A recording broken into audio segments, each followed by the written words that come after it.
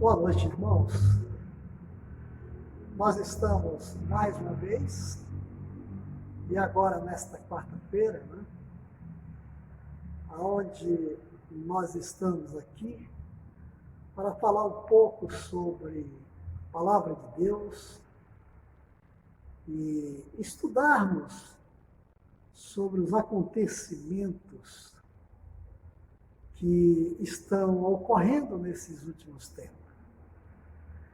Eu sei que você que está em casa, você precisa ter bastante calma, você precisa ter bastante confiança, principalmente de que tudo isto que estamos assistindo, que estamos vendo, são coisas que vão passar. São coisas que estão no controle de Deus. Eu não tenho dúvida de que Deus está no controle de todas as coisas. Meus irmãos, eu quero ler uma passagem bíblica que encontra-se no Evangelho de João. Abra a sua Bíblia. Você que está em casa, neste momento ouvindo este programa, que é um programa da Igreja Batista da Fé, eu convido você a abrir a sua Bíblia para nós lermos no Evangelho de João, no capítulo 11, onde leremos somente o verso de número 3 e o verso de número 4. A palavra de Deus nos diz: mandaram-lhe, pois, as irmãs dizer: Senhor, eis que está enfermo aquele que tu amas. Jesus, ouvindo isto, disse: esta enfermidade não é para a morte, mas para a glória de Deus, para que o Filho de Deus seja glorificado por ela. Vamos orar? Grandioso Deus, Pai Celestial, estamos nesta noite, juntamente aqui os nossos irmãos que estão em suas casas, levando as nossas petições a Ti, Senhor, clamando em nome de Jesus, pela vida, pelos momentos que têm sido tão difíceis para toda a humanidade aqui neste mundo. Mas, Senhor, a nossa confiança está em Ti. Sabemos que Tu é que tem o controle de todas as coisas. Ajuda-nos a cada dia, Senhor, a firmar mais nossos passos no Teu caminho e a sermos mais fiéis a Ti. Em nome de Jesus que eu te peço. Amém. Meus irmãos, eu quero, nestes poucos minutos, falar a respeito do nosso tema. E o nosso tema é: se Deus nos ama, por que sofremos? O nosso tema é uma pergunta. Se Deus nos ama, por que nós sofremos?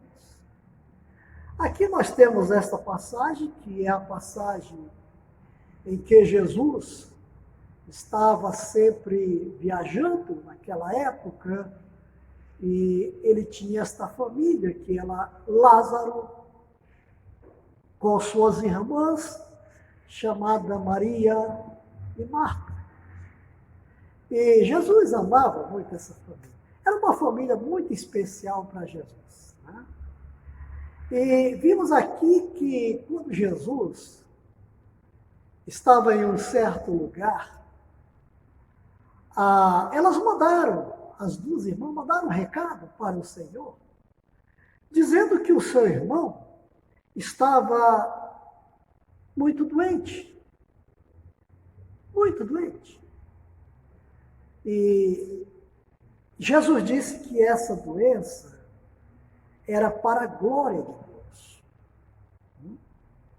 Você sabe, irmãos, que eu aprendo aqui que há muitas coisas na nossa vida que nós não entendemos, que o que passamos, esses momentos que estamos enfrentando deste vírus, não vamos esquecer. Vai passar. E são momentos para a glória de Deus. Mas voltando ao nosso assunto, o problema do sofrimento não é uma questão apenas filosófica, mas, sobretudo, irmãos, é um problema teológico. Temos dificuldade de conciliar o amor de Deus com o sofrimento humano. Os judeus questionaram o amor de Jesus por Lázaro, por este ter passado pela morte sem uma intervenção do Senhor Jesus Cristo. Os judeus, eles achavam que, assim como Lázaro era um bom amigo de Jesus, Jesus poderia ter intervido na sua morte. Claramente não ter deixado que Lázaro morresse. Mas isso era o entendimento dos judeus. Mas, irmãos, ao longo dos tempos, sempre ouvimos algumas pessoas perguntarem, eu creio que você já ouviu esta pergunta, por que sofremos? Por que sofremos? Chamo a sua atenção para alguns pontos desta matéria. Primeiro, o sofrimento não é fruto do desamor de Deus, mas do pecado do homem, ou do pecado da humanidade. Nós sofremos porque nós pecamos, porque nós somos pecadores. O sofrimento é filho do pecado. Não tivesse existido a queda, logicamente não haveria o sofrimento. Se o homem não tivesse desobedecido a Deus, não haveria o sofrimento. Somos concebidos em pecado, irmãos, e nascemos com uma natureza corrupta. No momento em que estamos sendo feitos, né, que estamos sendo gerados, logicamente começa então o nosso sofrimento. O sofrimento, ele é a consequência inevitável do pecado. O pecado é o solo onde crescemos, ou onde vimos crescer os espinhos que nos traz o sofrimento. O pecado é como um anzol que por trás da isca existe o prazer. Em outras palavras, o pecado é como um anzol que por detrás da isca do prazer esconde a couraça do sofrimento e da morte. Você que é um bom pescador, você sabe que no anzol se coloca uma isca. E esta isca serve para enganar o peixe. Porque de trás da isca tem um anzol. E o peixe, ele vai para comer a isca. E naquele momento ele come a isca, mas também come o anzol, engole o anzol. E aí se transforma o prazer em sofrimento. O segundo passo, por que sofremos, é que o sofrimento, irmãos, é um aviso solene dos ouvidos humanos. A palavra de Deus diz aqui na Bíblia, em Romanos capítulo 3, no verso de número 23, o apóstolo Paulo diz que, Romanos 3, 23, ele diz que porque todos pecaram e destituídos estão da glória de Deus. Em outra tradução, diz que porque todos pecaram e afastados estão da glória de Deus. Por isso, amados, a dor é uma trombeta. O sofrimento é um aviso de que é impossível transgredir os preceitos de Deus sem sofrer as devidas consequências. Irmãos, eu não tenho dúvida de que hoje o mundo está colhendo o que plantou. Colhemos o que plantou, é o que a Bíblia diz. Muitos tentam abafar a voz da consciência, outros tentam negar a dor, mas mesmo aqueles que amortecem os efeitos da dor nesta vida, jamais poderão ficar lésios ao sofrimento eterno. É como vimos, a palavra de Deus diz que o salário do pecado é a morte. Aquele que busca prazer no pecado descobrirão que ele é uma fraude. Ele produz uma sensação de prazer no momento, mas provoca um sofrimento eterno.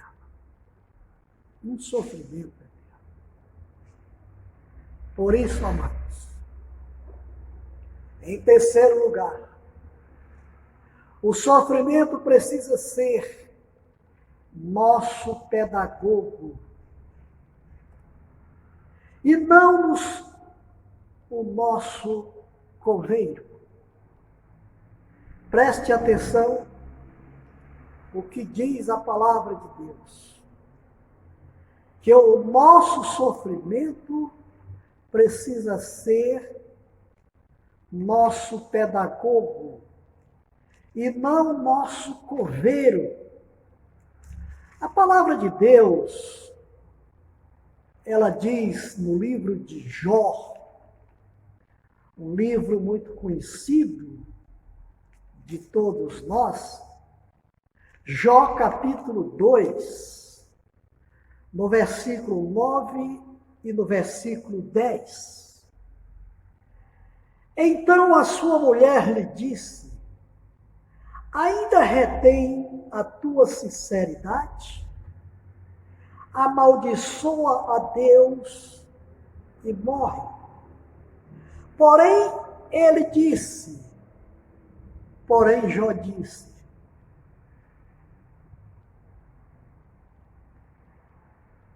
Como fala qualquer doida, fala tu, receberemos o bem de Deus e não receberemos o mal. Em tudo isto, irmãos, que palavra sábia de uma pessoa temente a Deus. Jó diz que em tudo isto ele não pecou, não falou mal do Senhor. Quantas e quantas vezes nós temos reclamado, nós temos falado daquilo que muitas vezes nós não conseguimos ter e muitas vezes colocamos o sofrimento como culpa de Deus. Não é isso. Aqui o texto que nós lemos, depois de toda a cena do que aconteceu com o servo Jó, de perder toda a sua família, de perder todo o seu gado, de perder todas as suas riquezas, a mulher de Jó manda que ele amaldiçoe seu Deus. E além disso, ela disse, e que tu morra. E que tu morra. Mas Jó deu uma resposta de fé. Jó deu uma resposta de confiança. Jó disse, em tudo isto, não peco contra o meu Deus. Não me lamento, não digo que Deus é culpado. Meus irmãos, muitas pessoas se desesperam a ponto de dar cabo na sua própria vida, ao passar pelo vale da sombra da morte, a passar pelo sofrimento. Há sofrimento físico, mas também há sofrimento mentais e espirituais. Irmãos, há dores na alma. Ela dói. Ela dói mais do que ter uma carne perfurada, batida ou adoentada. Não poucas pessoas revoltam-se contra Deus, como houve com a mulher de Jó, ao passarem pelas tempestades da vida. Provavelmente você tem passado por essa tempestade na vida. Mas eu quero dizer para você, meu irmão, minha irmã, isto vai passar. Essa tempestade da vida vai passar. E você vai então compreender que Deus está no controle. E que todo o nosso sofrimento é uma permissão de Deus para esses tempos difíceis que estamos passando. O sofrimento, Paulo diz que não é nem para comparar com a glória que está reservada, que está preparada, que está separada, para mim e para você, que conhecemos a Deus. Por isso, Deus nos ama. Não adianta querermos dizer que, porque Deus nos ama, Ele não permite que haja sofrimento na nossa vida. Que Deus o abençoe e lhe dê uma noite de paz, uma noite de tranquilidade, em nome de Jesus.